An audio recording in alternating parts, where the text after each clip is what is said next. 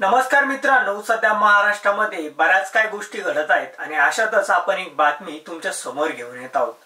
सरपंच संतोष देशमुख यांच्या हत्येचे photo viral झाल्यानंतर आता पुढे काय होणार आहे तर विशेष म्हणजे धनंजय मुंडे यांनी मंत्रिपदाचा राजीनामा दिला आहे।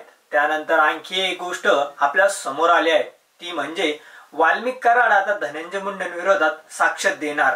नेमकी काय आहे ही बातमी आपण सविस्तर आपल्या चॅनलवरती जाणून घेणार आहोत। त्या अगोदर मी सचिन नाईक आणि तुम्ही बघत आहात बातमी चॅनल। राजीनामा देऊन धनंजय मुंडेंच्या अडचणी संपल्या नाही। धनंजय मुंडेंवर थेट 302 अंतर्गत गुन्हा दाखल करण्याची मागणी जोर धरत आहे। धनंजय मुंडेंच्या थेट खंडणी प्रकरणात सहभागी असल्याचाही आरोप करण्यात आला आहे। अशातच खुद वाल्मिक कराडच धनंजय मुंडेंविरोधात कोर्टात साक्ष देईल का अशा चर्चांना उधाण आलाय। या चर्चा मागचं कारण काय? खरंच वाल्मिक कराड धनंजय मुंडेंविरोधात साक्ष देऊ शकतात का? धनंजय मुंडेंवर नेमकी काय आरोप होत आहेत? यातून धनंजय मुंडेंच्या अडचणी कशा वाढू शकतात याचा सविस्तर आढावा या बातमीतून आपण घेणार आहोत। धनंजय मुंडेंच्या अडचणीत वाढ कशी होणार आहे याकडे आपण थोडं लक्ष देऊया।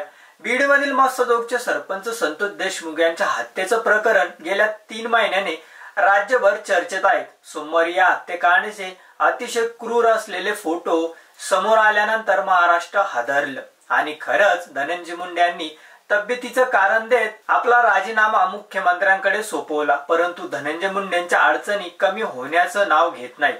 सरपंच संतोष देशमुख यांच्या हत्या प्रकरणात धनंजय मुंडेंच्या अडचणी आता आणखी वाढ झाली आहेत। कारण एकीकडे संतोष देशमुखांची हत्या खंडणी प्रकरणामुळे झाली असा दावा पोलिसांनी केज कोर्टाला सादर केल्याचे चार्जशीट मधून केला आहे, तर दुसरीकडे या खंडणी प्रकरणात धनंजय मुंडेंचा सहभागी असल्याचा दावा आमदार सुरेश धस यांनी केला आहे। एवढंच नाही तर खंडणीसाठी झालेले महत्वाची बैठक धनंजय मुंडेंच्या हजेरीत सातपुडा बंगल्यावर झाली असा मोठा आणि खळबळजनक आरोप देखील सुरेश धस यांनी केला आहे। यानंतर धस आणि जरांगेंकडून आरोपांची फेरी याकडे आपण थोडं लक्ष देऊया।